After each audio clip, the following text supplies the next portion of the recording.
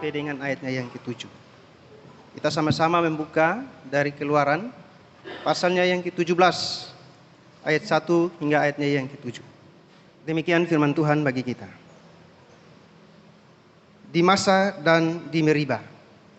Kemudian berangkatlah segenap jamaah Israel dari padang gurun Sin, berjalan dari tempat persinggahan ke tempat persinggahan, sesuai dengan titah Tuhan.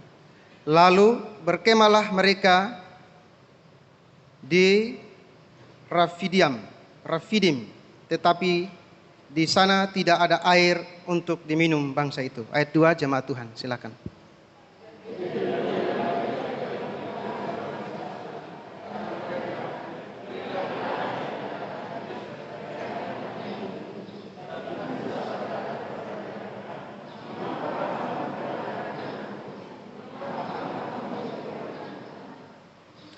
Hauslah bangsa itu akan air di sana. Bersungut-sungutlah bangsa itu kepada Musa dan berkata, "Mengapa pula engkau memimpin kami keluar dari Mesir untuk membunuh kami, anak-anak kami, dan ternak kami dengan kehausan?" Silakan.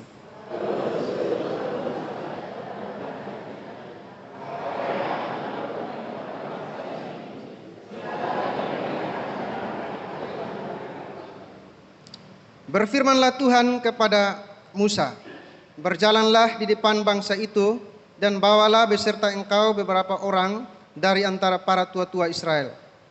Bawalah juga di tanganmu tongkatmu yang kau pakai memukul sungai Nil dan pergilah."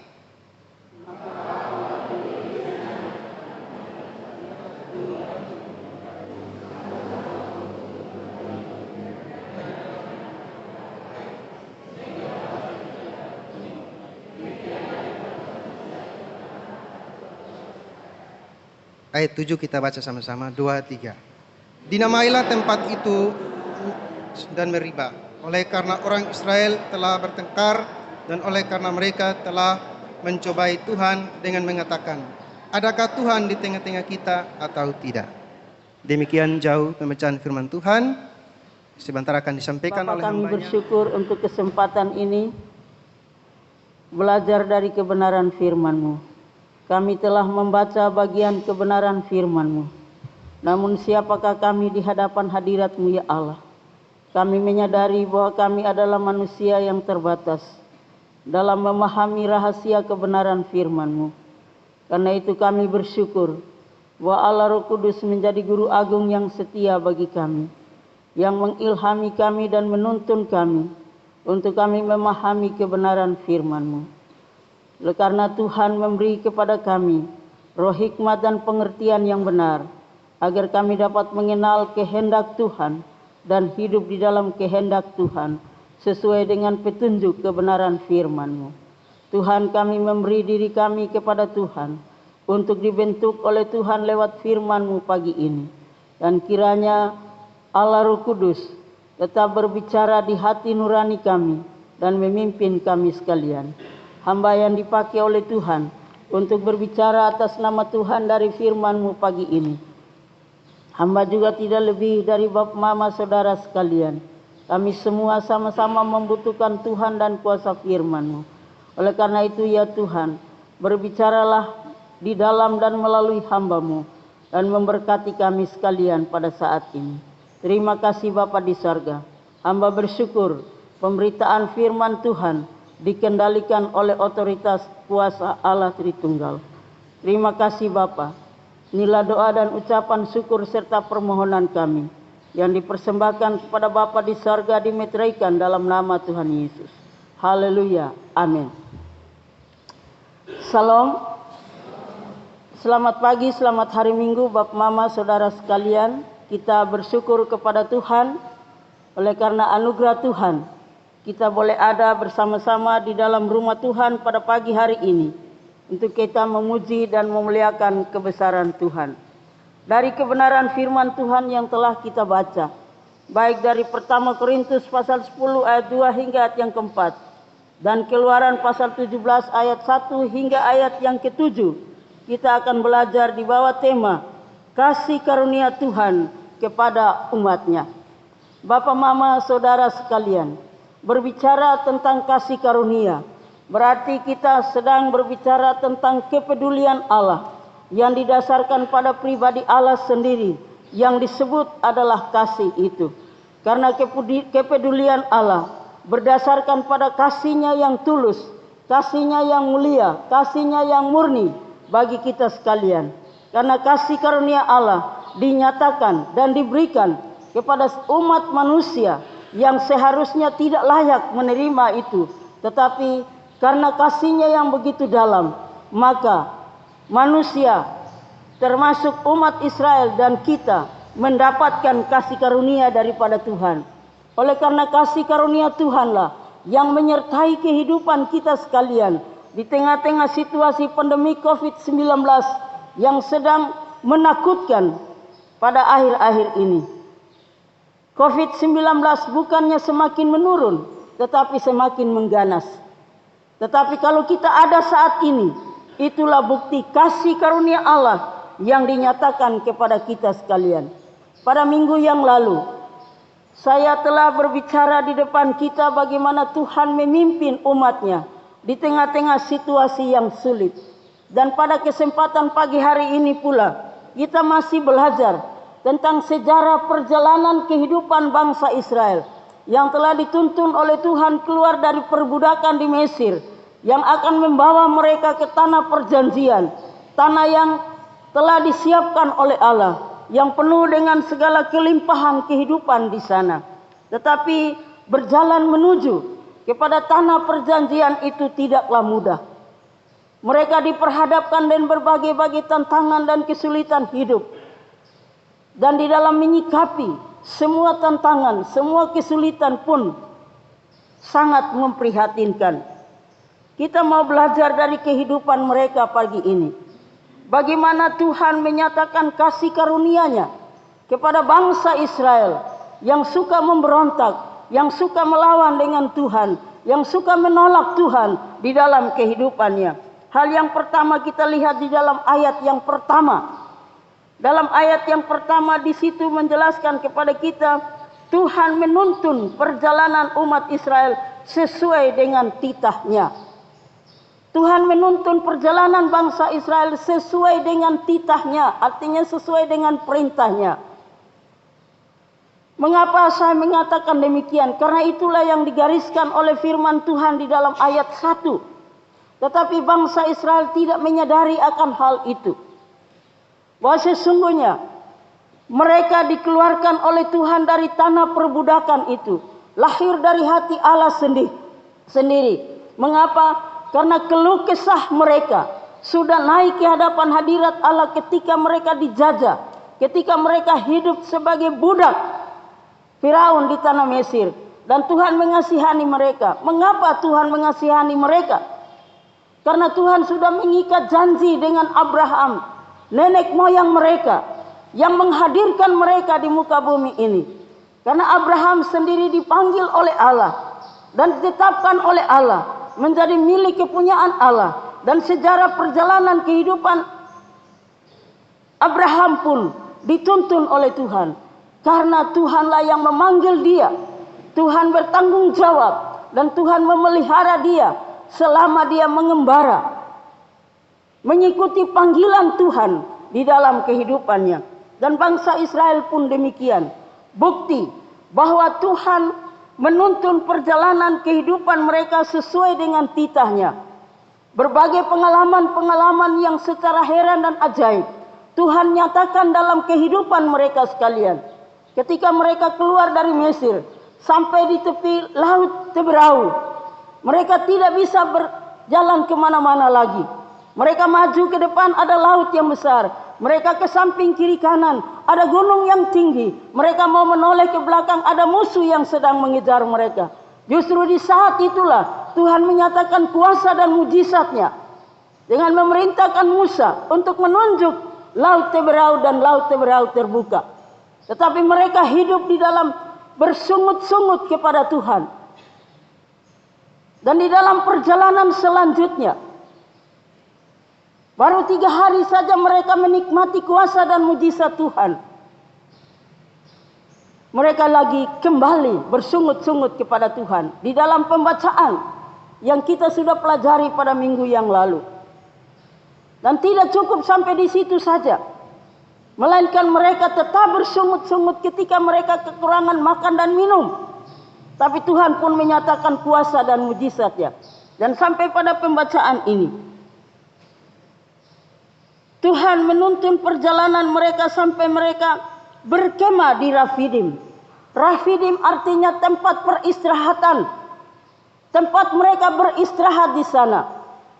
Dan hidup mereka tetap ada di dalam tuntunan dan kawalan Tuhan yang ketat. Tuhan memelihara mereka, melindungi mereka dengan secara heran dan ajaib. Karena mereka ada di hati Allah. Mereka ada dalam kepedulian Allah.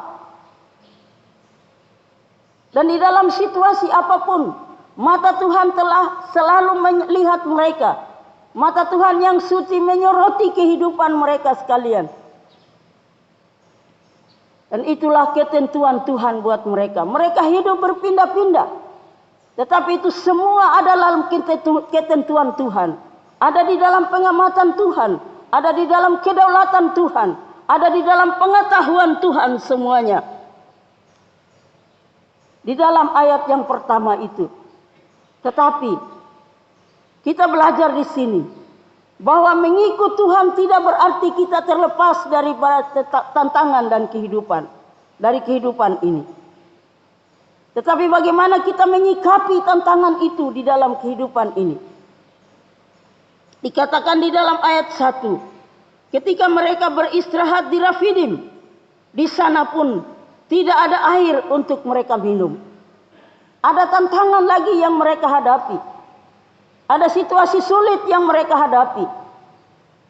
Jadi di sini kita belajar, walaupun hidup kita ada di dalam kehendak dan kedaulatan Tuhan, ada di dalam tuntunan Tuhan, tidak berarti tantangan akan terlepas dari kehidupan kita.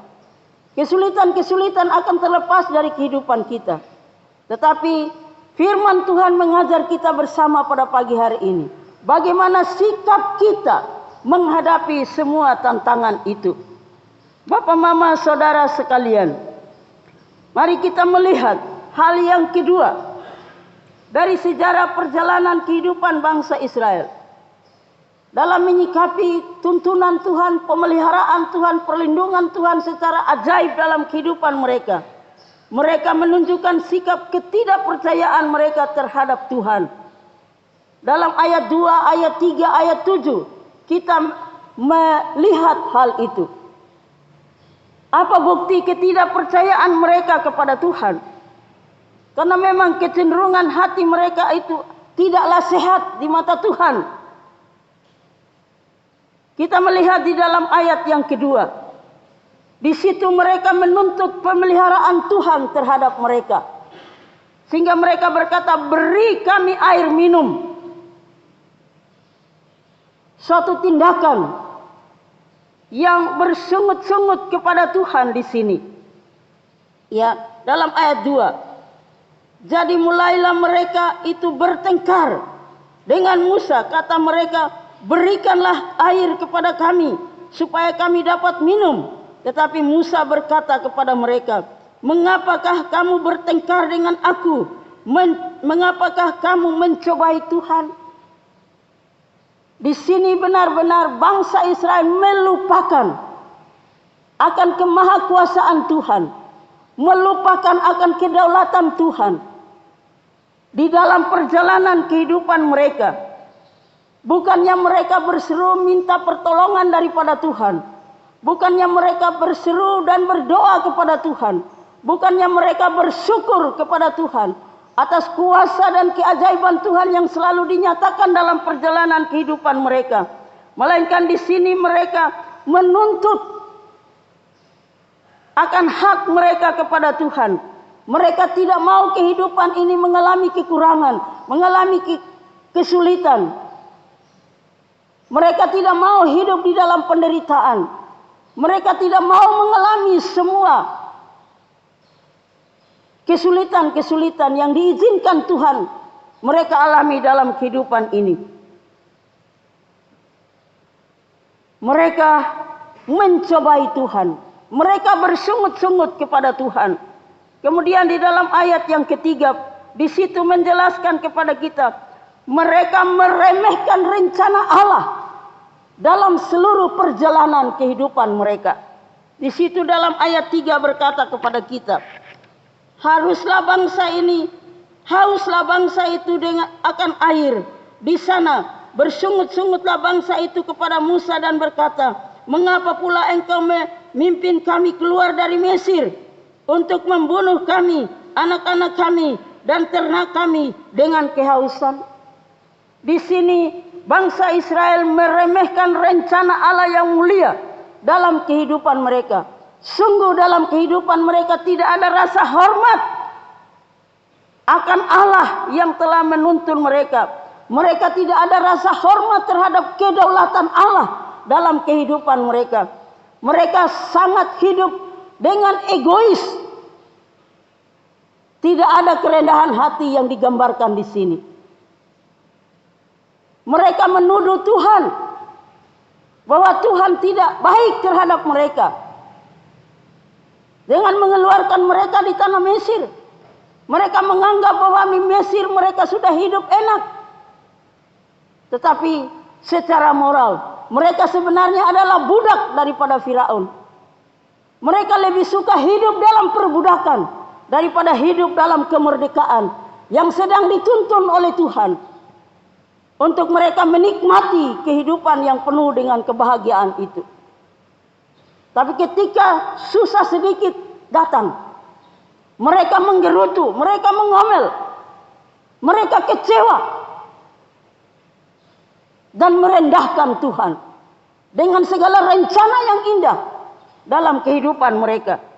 Bukan itu saja yang mereka lakukan.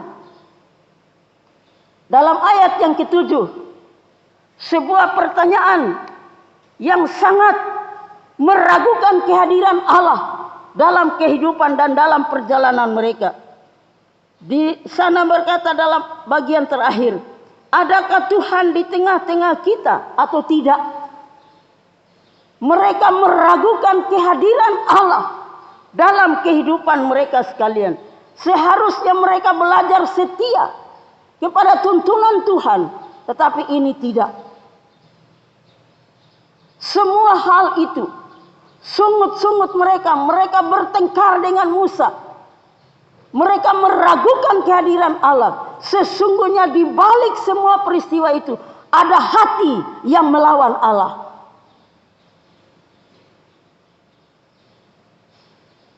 Ada hati yang tidak meyakini akan kuasa dan kedaulatan Allah. Ada hati yang menolak tuntunan Allah dalam kehidupan mereka. Orang yang demikian, menurut penilaian kita manusia, layaklah mereka dibuang. Tetapi mari kita melihat selanjutnya.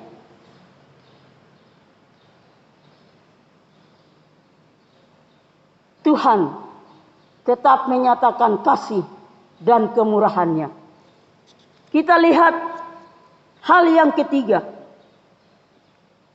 dalam pembacaan firman Tuhan, mulai ayat 4 hingga ayat yang ke-6. Tuhan menyatakan kasih karunia-Nya kepada mereka sekalian, kepada umat Israel pada saat itu. Kita baca di dalam ayat 4 berkata demikian. Lalu berseru-serulah Musa kepada Tuhan. Katanya, apakah yang akan kulakukan kepada bangsa ini? Sebentar lagi mereka akan melempari aku dengan batu. Suasana yang dihadapi oleh Musa, suasana yang sangat ricuh dan kacau. Pernahkah Bapak Mama menyaksikan kalau ada orang yang unjuk rasa di jalan? Kira-kira bagaimana suasananya? Saya coba membayangkan dan coba menempatkan diri di tengah-tengah situasi yang dialami oleh Musa pada saat itu. Sebagai seorang pemimpin, dia ditekan oleh umat Israel.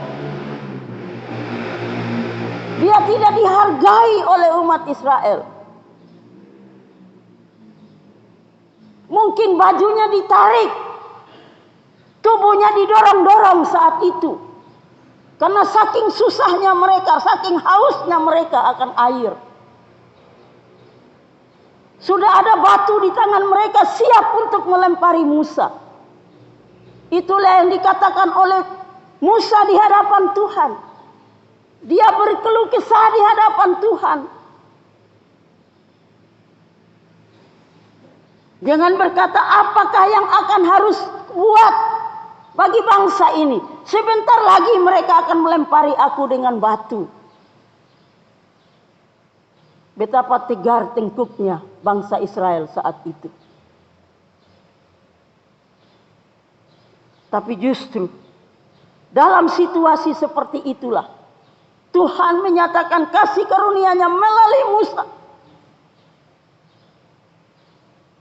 Seandainya saya pada posisi Musa saat itu, mungkin saya akan berkata, Farek dan Basong dulu.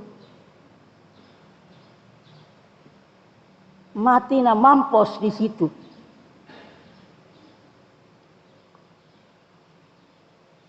Tuhan sudah menyatakan mujizatnya. Kamu lapar, dia kasih makan daging, kasih makan roti, tidak perlu mengeluarkan tenaga, biaya.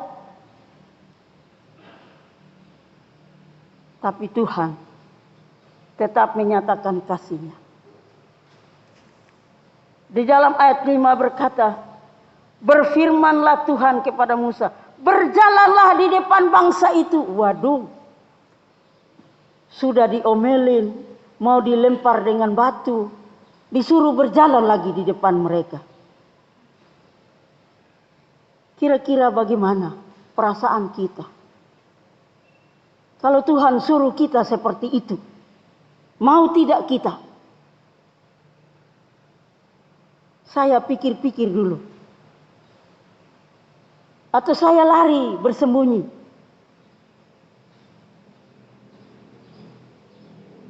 Untuk apa memimpin bangsa yang tegar tengkuk? Tapi Tuhan bilang sama Musa, berjalan di depan mereka. Ajak tua-tua Israel. Dan bawa tongkat yang engkau pakai. Untuk tunjuk Laut Tiberias. Bawa itu tongkat. Di sini kita pelajari. Tuhan memakai kita dengan potensi yang ada pada diri kita. Kita memulai segala sesuatu dengan apa yang ada pada diri kita. Bukan yang tidak ada pada kita. Musa menghadapi tantangan dari bangsa Israel dengan apa yang ada pada dirinya. Yaitu dengan iman yang ditujukan kepada Tuhan. Yang telah memanggil dia untuk pergi melepaskan bangsa Israel dari perbudakan di Mesir. Dan itulah yang dia pegang. Dan bagaimana sikap Tuhan terhadap penyerahan diri daripada Musa, terhadap ketaatannya kepada perintah Tuhan, walaupun mau dilempari dengan batu, berjalan di depan kata Tuhan, dan dia berjalan. Dan Tuhan bilang dalam ayat 6, maka aku akan berdiri di sana di depanmu di atas gunung batu di Horeb. Tuhan dekat dengan dia.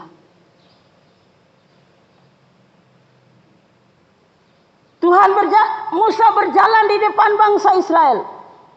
Dan Tuhan ada di depan Musa.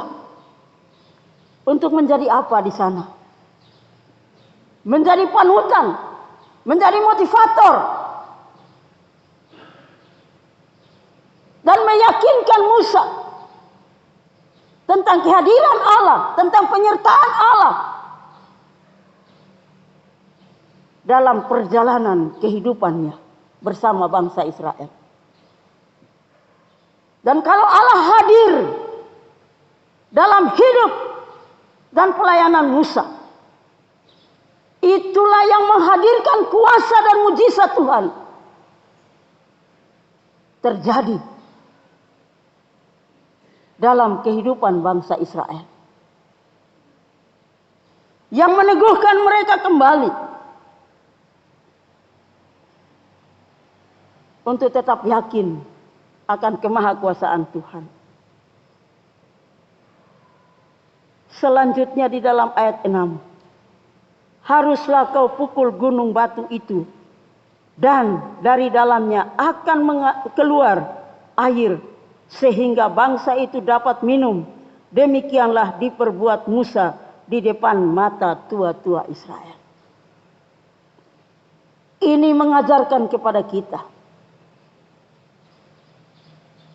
Tuhan sangat mengasihi bangsanya, dan Tuhan memberikan pengampunan kepada mereka. Bapak, Mama, Saudara sekalian, bagian kebenaran firman Tuhan ini,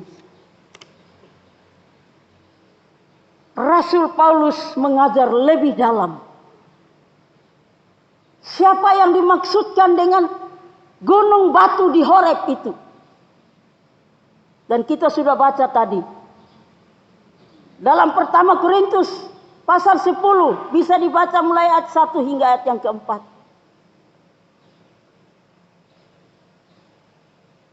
Betapa Paulus di dalam perjanjian baru menafsirkan gunung batu itu berbicara tentang pribadi Yesus. Dan gunung batu itu dipukul oleh Musa sehingga mengeluarkan air yang menghilangkan dahaga bangsa Israel. Yesus dipukul di atas kayu salib, mencucurkan darahnya supaya kita menikmati anugerah keselamatan itu. Yesuslah gunung batu keselamatan buat kita. Yesus disebut batu karang yang teguh, dan di sanalah kita menanamkan iman kita kepada Dia. Di balik semua pengalaman pahit yang dialami oleh bangsa Israel, ada kasih Allah, ada pengampunan yang diberikan oleh Allah.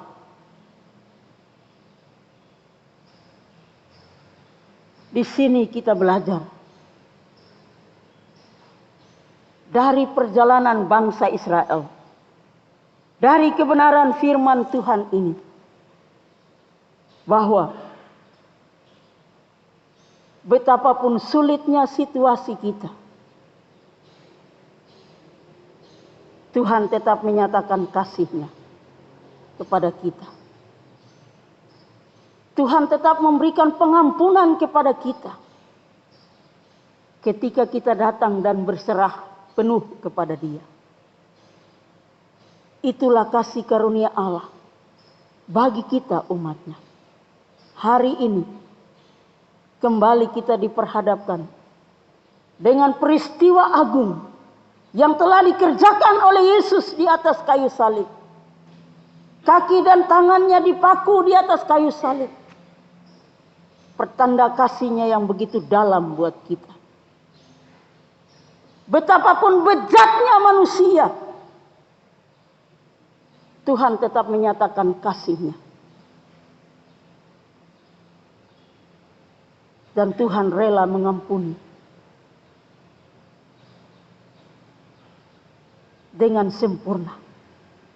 Dan tidak mengingat-ingat semua kesalahan yang diakui di hadapannya. Karena itu Bapak Mama, mari di tengah-tengah situasi pandemi COVID-19 yang semakin mewabah, yang kita tidak tahu kapan berakhir, kita hanya bisa pasrah kepada kemahakuasaan Tuhan. Bersungut-sungut, mengeluh, tidak menyelesaikan masalah. Tetapi ketika kita berseru kepada Tuhan, itulah yang dapat menyelesaikan masalah kita. Dan dengan setia, Tuhan menantikan kita. Dan dengan setia pula, Dia tetap menyatakan kasih-Nya kepada kita. Dan dengan setia pula, Dia tetap peduli terhadap kita sekalian. Sebagaimana Dia peduli dengan bangsa Israel, Dia pun peduli akan kita. Tuhan kiranya memberkati kita dengan kebenaran firman-Nya. Amin. Mari kita berdoa. Bapa, terima kasih buat firman-Mu yang mengajarkan kami tentang kasih karunia Tuhan yang tak terhingga, yang Tuhan nyatakan dalam kehidupan kami. Siapakah kami di hadapan-Mu Tuhan, dalam menjalani kehidupan di tengah-tengah dunia yang semakin sulit ini. Tolong kami Tuhan, supaya kami tetap berserah penuh pada Tuhan. Dan kami percaya ketika kami berserah kepada Tuhan, maka Tuhan pun tetap menyatakan kasih dan rahmat-Mu kepada kami. Bapa, hamba telah menyampaikan firman-Mu dengan penuh kekurangan keterbatasan. Kiranya Allah Roh Kudus menolong kami sekalian untuk kami memahami lebih dalam lagi akan kuasa firman-Mu. Terima kasih Tuhan. Dalam nama Yesus Tuhan, firman yang hidup itu, kami bersyukur kepada Bapa di sorga. Amin.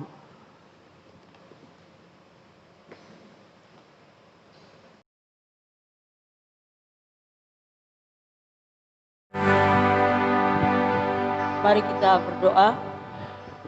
Bapa, kembali kami menundukkan kepala di hadapan hadirat-Mu, mengagungkan kebesaran Tuhan, mempersembahkan segala puji, syukur, hormat, dan kemuliaan bagi nama-Mu.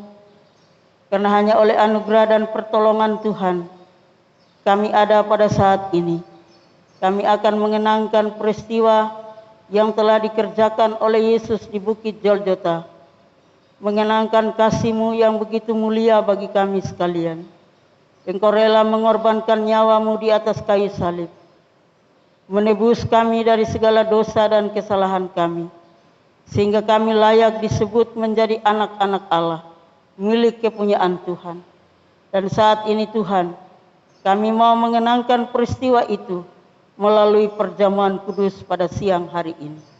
Kami bersyukur untuk kesekian kalinya Tuhan mengizinkan kami untuk mengenangkan peristiwa itu. Dan saat ini hamba juga akan membaca bagian kebenaran firman Tuhan yang mengingatkan kami akan peristiwa yang telah Tuhan kerjakan. Kiranya roh Tuhan tetap menuntun kehidupan kami untuk kami memaknai firman-Mu dan pengorbanan-Mu dalam perjalanan kehidupan iman kami di tengah-tengah dunia ini. Terima kasih Bapa di sorga. Dalam nama Yesus Tuhan, kami mengucap syukur kepada Bapa di sorga. Amin. Baik, saya mengajak kita semua untuk membuka kebenaran firman Tuhan dari Injil Yohanes pasal 6 ayat 48 hingga ayat yang ke-58. Demikian firman Tuhan. Akulah roti hidup. Nenek moyangmu telah makan mana di padang gurun dan mereka telah mati. Inilah roti yang turun dari sorga. Barang siapa makan daripadanya, ia tidak akan mati. Akulah roti hidup yang telah turun dari sorga. Jikalau seorang makan dari roti ini, ia akan hidup selama-lamanya. Dan roti yang kuberikan itu ialah dagingku, yang akan kuberikan untuk hidup dunia. Orang-orang Yahudi bertengkar antara sesama mereka dan berkata, bagaimana ia ini dapat memberikan dagingnya kepada kita untuk dimakan? Maka kata Yesus kepada mereka, aku berkata kepadamu, sesungguhnya jikalau kamu tidak makan daging anak manusia dan minum darahnya, kamu tidak mempunyai hidup di dalam dirimu. Barang siapa makan dagingku dan minum darahku, ia mempunyai hidup yang kekal, dan aku akan membangkitkan dia pada akhir zaman. Sebab dagingku adalah benar-benar makanan, dan darahku adalah benar-benar minuman. Barang siapa makan dagingku dan minum darahku, ia tinggal di dalam aku, dan aku di dalam dia.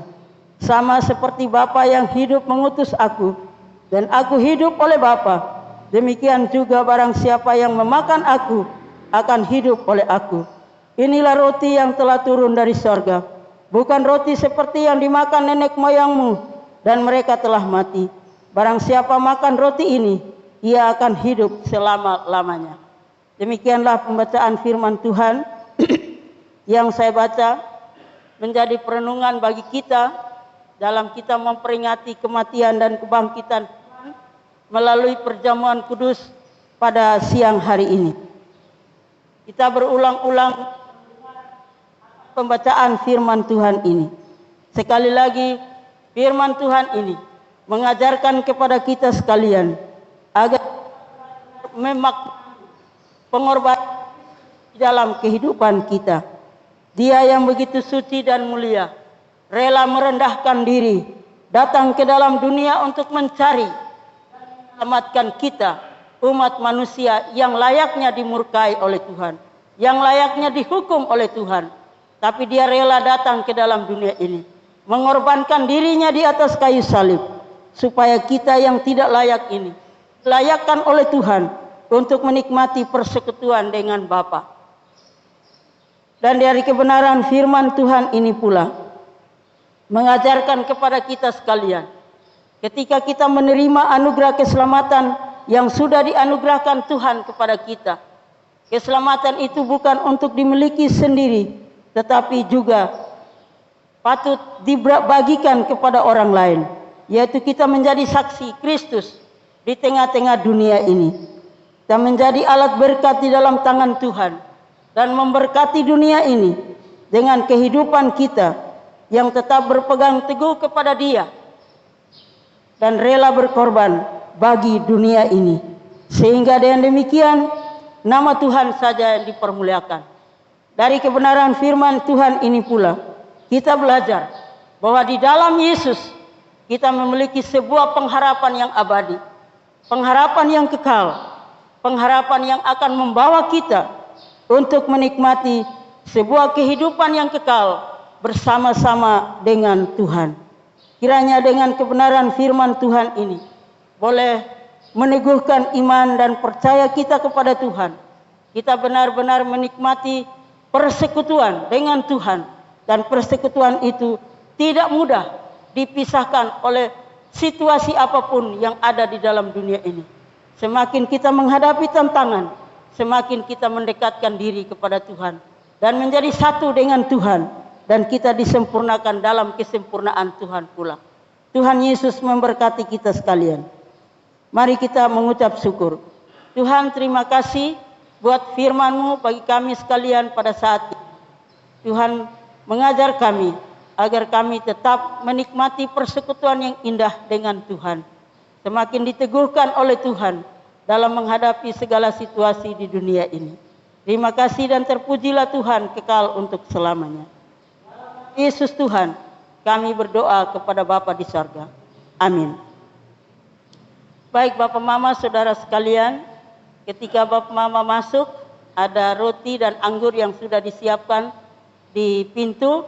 Apakah Bapak Mama sudah mengambil, sudah ada di tangan masing-masing? Atau ada yang mau ikut perjamuan kudus tapi mereka belum ambil? Ada? Masih ada? Ada? Bisa dilayani? Ada satu di sini. Angkat tangan kalau belum ambil, supaya dilayani oleh BPC.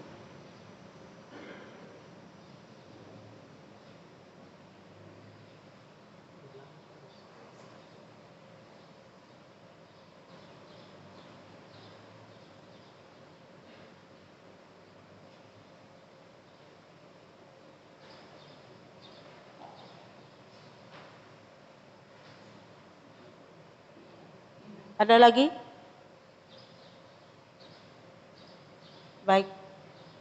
kasih untuk semuanya.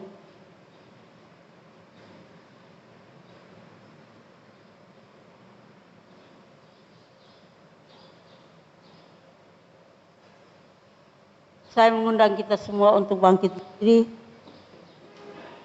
Mari kita memegang roti di tangan kanan kita dan dengarlah kebenaran firman. Dan ketika mereka sedang makan, Yesus mengambil roti, mengucap berkat, memecah-mecahkannya, lalu membagikannya kepada murid-muridnya dan berkata, "Ambillah, makanlah, inilah tubuhku." Mari kita berdoa. Bapa di sorga, Bapa dalam nama Yesus, di tangan kanan kami ada roti yang melambangkan tubuh Kristus yang telah dihancurkan di bukit Golgota karena kami. Seharusnya tubuh kami yang dihancurkan di sana karena segala dosa dan kejahatan kami. Tapi kami bersyukur kasih Tuhan yang begitu suci dan mulia bagi kami. Tuhan telah menggantikan posisi kami. Tubuh mula yang telah dihancurkan di sana, supaya kami juga belajar untuk mempersembahkan tubuh kami ini menjadi korban yang hidup, kudus, dan yang berkenan kepada Tuhan. Sehingga tubuh kami ini dipakai oleh Tuhan untuk menjadi alat berkat-Mu dan memuliakan nama-Mu. Terima kasih Bapa. Mari Tuhan berkati roti ini berguna bagi kehidupan rohani kami sekalian. Dalam nama Yesus kami mengucap syukur. Amin. Mari kita makan bersama-sama.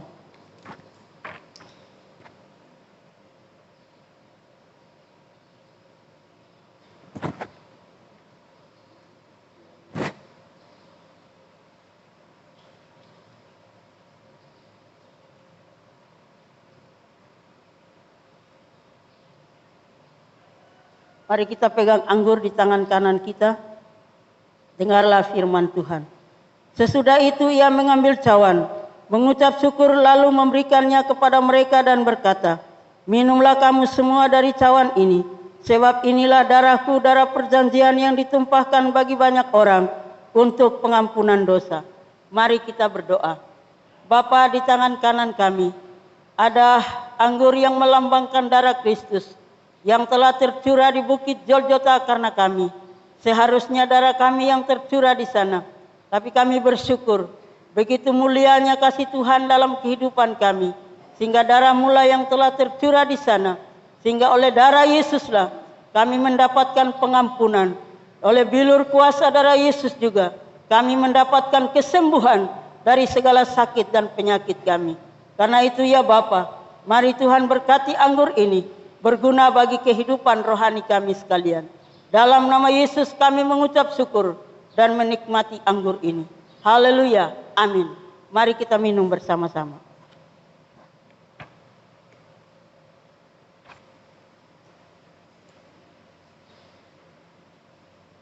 Akan tetapi aku berkata kepadamu, mulai dari sekarang aku tidak akan minum lagi hasil pokok anggur ini, sampai pada hari aku meminumnya yang baru bersama-sama dengan dalam kerajaan Bapakku. Mari kita berdoa. Bapa, kami bersyukur oleh anugerah dan pertolongan Tuhan. Kami telah menikmati persekutuan dengan kematian dan kebangkitan Kristus melalui perjamuan kudus pada siang hari ini. Kami sudah menikmati roti dan anggur, dan kami percaya semua itu berguna bagi kehidupan kami. Dan kiranya Tuhan senantiasa menyinari kami dengan terang wajah-Mu dan memberi kami damai sejahtera. Kekuatan kuasa Roh-Mu menyertai kami dalam kami menjalani kehidupan di tengah-tengah dunia ini. Terpujilah nama-Mu Bapa kekal selamanya. Dalam nama Yesus Tuhan kami mengucap syukur kepada Bapa di sorga. Haleluya, amin. Silakan Bapak. Bapa, kami menaikkan ucapan syukur terima kasih kepada Tuhan atas segala tuntunan penyertaan Tuhan dalam seluruh rangkaian ibadah kami pada pagi hari ini. Dari awal hingga usai, semuanya ada dalam pertolongan Tuhan. Kami bersyukur untuk semua berkat rohani yang telah Tuhan berikan kepada kami melalui ibadah ini. Dan kiranya semua berkat rohani itu tidak lalu dengan sia-sia dari hidup kami, melainkan dimeteraikan oleh Allah Roh Kudus dalam hidup kami sekalian, sehingga kami tetap menjadikan Tuhan sandaran kehidupan ini, Tuhan yang kami andalkan dalam menghadapi segala realita kehidupan ini. Terima kasih untuk kasih setia Tuhan yang tak terhingga dalam kehidupan kami sekalian. Bapa, umat-Mu yang adalah milik kepunyaan-Mu sendiri, sedang berdiri di hadapan hadirat Tuhan, pertanda kami mengakhiri seluruh aktivitas kami pagi ini, dan kami siap untuk kembali ke rumah tangga kami masing-masing, kembali ke dalam tugas dan tanggung jawab sepekan yang akan datang. Oleh karena itu, ya Tuhan, hamba mohon, kiranya berkat damai sejahtera dari Allah yang Bapa, kasih sayang dari Yesus Kristus Tuhan dan Juru Selamat kami, dalam tuntunan penghiburan Allah Roh Kudus, tinggal menyertai kami sekalian dari saat ini sampai kami bertatapan wajah dengan Kristus dalam kemuliaan yang kekal. Haleluya. Surga dan bumi.